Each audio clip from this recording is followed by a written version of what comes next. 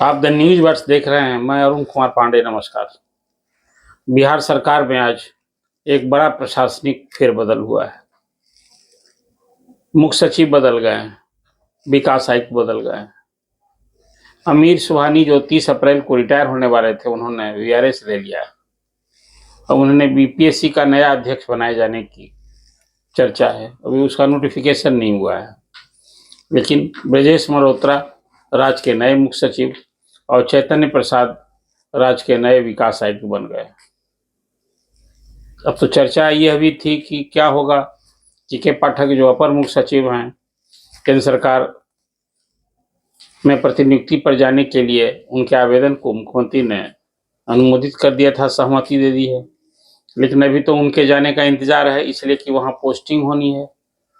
जब केंद्र सरकार में उनकी पोस्टिंग हो जाएगी, प्रतिनियुक्ति पर भेजने का जो राज्य सरकार का प्रस्ताव है वहाँ स्वीकृत होगा, उनकी पोस्टिंग होगी, तभी वो यहाँ से विरमित होंगे।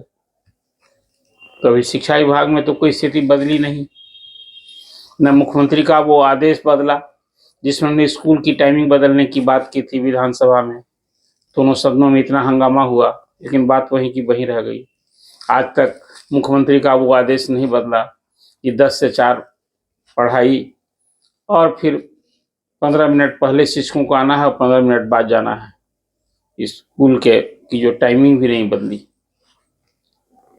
अब फिर इधर शिक्षा विभाग से राजभवन का टकराव भी नहीं समाप्त हुआ। आपको हमने जानकारी दी थी पिछली चर्चा में कि शिक्षा विभाग ने आज ही 2 और 3 मार्च को चाणक्य यूनिवर्सिटी में राज्य के सभी कुलपतियों की, रजिस्ट्रार की, फाइनेंस ऑफिसर की एक 2 दिन की कार्यशाला आयोजित की थी। अब इस कार्यशाला में भाग लेने के लिए राजभवन ने मनाही कर दी थी कि शिक्षा विभाग की ऐसी कोई बैठक में नहीं शरीक होना। इसके पहले 28 फरवरी को भी शिक्षा विभाग ने जो लंबित परीक्षाएं हैं यूनिवर्सिटीज में, उसको लेकर बैठक बुलाई थी। राजभवन ने मनाही कर दी थी, तो उसमें भी नहीं आए। लेकिन आज की कार्यशाला में जो जानकारी मिली कि यूनिवर्सिटी से कुलपति तो नहीं आए थे, लेकिन कोई 6 अधिकारी आ गए थे, लेकिन वो कार्यशाला स्थगित हो गई। और इधर शिक्षा विभाग ने जो कुलपतियों से स्पष्टीकरण मांगा था, 48 घंटे का समय दिया था, और साथ में यह भी कहा था कि ये जो आपने इस बैठक में ना आने के संदर्भ में राजभवन से जो आपने सहमति मांगी, अनुमति मांगी, ये मूर्खतापूर्ण कार्रवाई थी। और ये शिक्षा विभाग को अधिकार है, प्रशासनिक विभाग है, वो कुलपतियों की बैठक बुला सकता है। अब यहाँ राजभवन जहाँ मानता है कि ये विश्वविद्यालय के काम में हस्तक्षेप है, कुलाधिपति के काम में हस्तक्षेप है। अब कल ही 3 मार्च को राज्यपाल ने कुलाधिपति के नाते कुलपतियों की बैठक बुलाई है।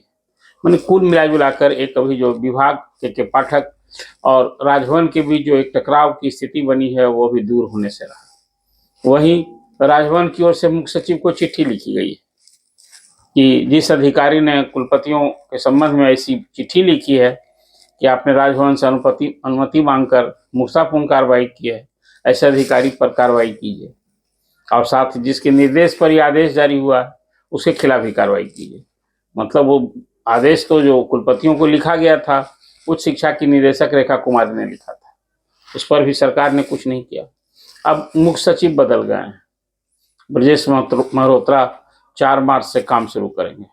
अब उनके सामने ये एक मसला, बड़ा मसला होगा। खुद भी ब्रजेश मल्होत्रा राजभवन में राज्यपाल के प्रधान सचिव रह चुके हैं। अब उनके सामने ये जो अभी के पाठक और राजभवन के बीच विवाद है, इस संबंध में तो मुख्य सचिव के नाते उन्हें भी हस्तक्षेप करना होगा। और फिर मुख्यमंत्री का जो आदेश है, जो हाउस में दिया गया है, वो अब तक लागू नहीं हुआ, उस संबंध में उन्हें कुछ पहल करनी होगी। खैर, दूसरी ओर अभी नियोजित शिक्षकों की समस्या वहीं की जस की तस पड़ी है। बिना शर्त राजकर्मी दर्जा देने की मांग तो उनकी पूरी तरह अनसुनी हो गई। परीक्षा हो रही है, 6 मार्च तक सक्षमता परीक्षा होगी, और उसमें कोई 2,31,000 शिक्षकों ने फॉर्म भरा है, और अभी 6 मार्च तक उसमें अधिसंख्य शिक्षक परीक्षा दे लेंगे। 3,68,000 जो नियोजित शिक्षक हैं, उसमें तो 25,000 से अधिक अध्यापक बन चुके हैं बीपीएससी की परीक्षा देकर। और बच्चे जो अभी नियोजित शिक्षक रह गए हैं, जो शिक्षक संगठनों के आह्वान पर जिन लोगों ने फॉर्म नहीं भरा और अब तक विरोध करते रहे, बूढ़े फंस गए। ये वैसे ही अधिसंख्य शिक्षक हैं जो अपने जिलों में जो पंचायत निकायों द्वारा बहाल किए गए थे, जो अपने गांव के स्कूल में, प्रखंड के स्कूल में और निकटस्थ स्कूलों में काम कर रहे हैं पिछले 10, 12, 15 साल से। ऐसे ही अधिसंख्य शिक्षक हैं जिन्होंने परीक्षा का बहिष्कार किया है। और जो जब से ये 10 के बाद से टीटी परीक्षा उत्तीर्ण होकर जो शिक्षक बने हैं, उसमें अधिसंख्य लोग परीक्षा में बैठे हैं और मुझे लगता है कि उसमें अधिसंख्य शिक्षक पास भी हो जाएंगे। कठिन प्रश्न आया है तब भी 30-40 अंक तो उनको आ जाना है, इस तरह के क्वेश्चन आए थे। और हमें लगता है कि सरकार भी एक उदार मंशा होगी कि इस परीक्षा में अधिसंख्य शिक्षक उत्तीर्ण हो जाए, और जब उत्तीर्ण होंगे तो नियोजित शिक्षक बनना है। एक सबसे बड़ा सवाल उनके सामने है, इस नियमावली में जो प्रावधान किया है जिसका शिक्षक विरोध कर रहे हैं, ये जो नियोजित शिक्षक जब जैसे ही सक्षमता परीक्षा पास करेंगे तो उनको उस स्कूल में रहना नहीं है, कोई अब बात नहीं होगा। सबको 3 ऑप्शन देना है 3 जिलों का, और उसमें मेरिट के आधार पर उनकी पोस्टिंग होनी है। ये कहीं न कहीं नियोजित शिक्षक को ये प्रावधान कबूल नहीं है। वो चाहते हैं कि उनका स्थानांतरण हो, लेकिन ऐच्छिक स्थानांतरण हो। इस संबंध में विधान परिषद में कल अंतिम दिन बातें भी उठी, लेकिन शिक्षा मंत्री ने जिस ढंग से समझाया वो सचमुच में शिक्षक नेता भी अनुत्तरित हो गए, उत्तर उनके पास नहीं सुझा। अब शिक्षक कैसे इस स्थानांतरण की तो वो मांग कर रहे थे, खासकर वैसे टीटी शिक्षक जो नौकरी के लिए विभिन्न जिलों में पदस्थापित थे, घर से दूर हैं, तो उन्हें तो ऐच्छिक स्थानांतरण की मांग जचती है कि जब ये सरकार करेगी तो वो अपने सुविधा के जिलों में चले जाएंगे।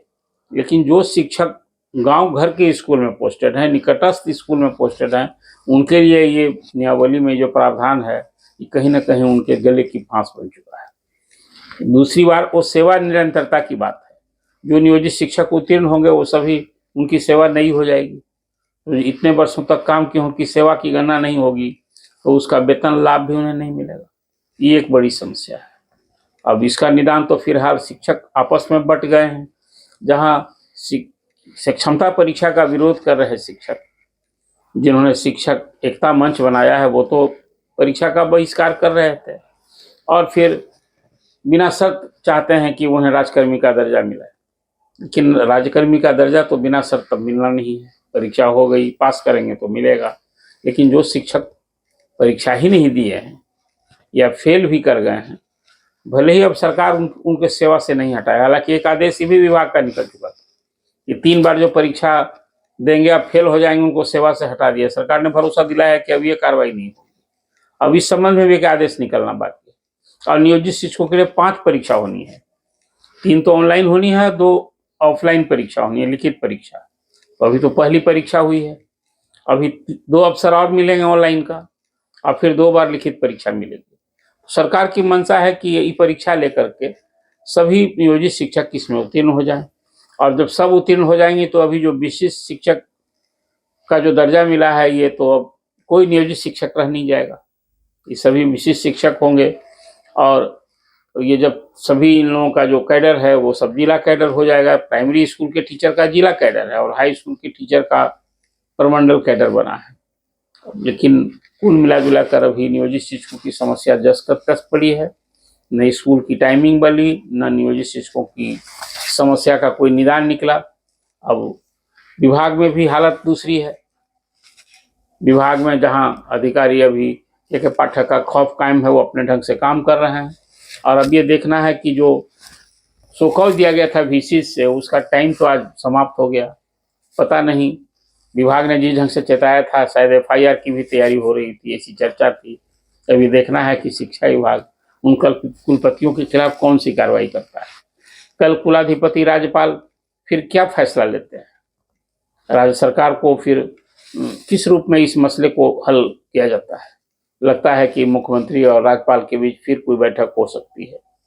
तो जो उच्च शिक्षा विभाग खासकर कुलपतियों की नियुक्ति को लेकर या विश्वविद्यालयों की समस्या को लेकर जो एक शिक्षा विभाग से समस्या पैदा कर दिया गया है, सभी यूनिवर्सिटी का खाता संचालन पर भी रोक लगा दिया गया, कुलपतियों का वेतन रोक दिया गया। इस संबंध में तो कहीं ना कहीं कोई राजभवन के हस्तक्षेप पर विभाग को यह आदेश वापस ही लेना होगा। अभी फिलहाल शिक्षा विभाग की जो स्थिति थी, इस प्रशासनिक फेरबदल के संदर्भ में आपके सामने हमने अपडेट सूचना दी है। आप क्या सोचते हैं? अभी जो के पाठक के स्तर से जो कार्रवाई हुई है या न भी हुई कार्रवाई, न कार्रवाई हुई इसलिए कि मुख्यमंत्री का आदेश लागू नहीं हुआ, और अभी भी वो राजभवन से टकराव की स्थिति बनी हुई है। आप क्या सोचते हैं, मुख्यमंत्री को क्या करना चाहिए?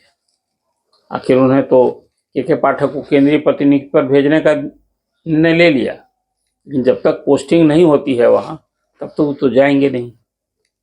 जब एक स्थिति बनी है, सरकार के लिए भी एक ऊहापोह की स्थिति है, अधिकारी खौफ में है और शिक्षक परेशान है। ये है बिहार में शिक्षा का हाल। आप द न्यूज़ बर्ड्स देखिए, सब्सक्राइब कीजिए, अपना कमेंट जरूर दीजिए कि जो एक विचित्र स्थिति बनी हुई है क्या होगा।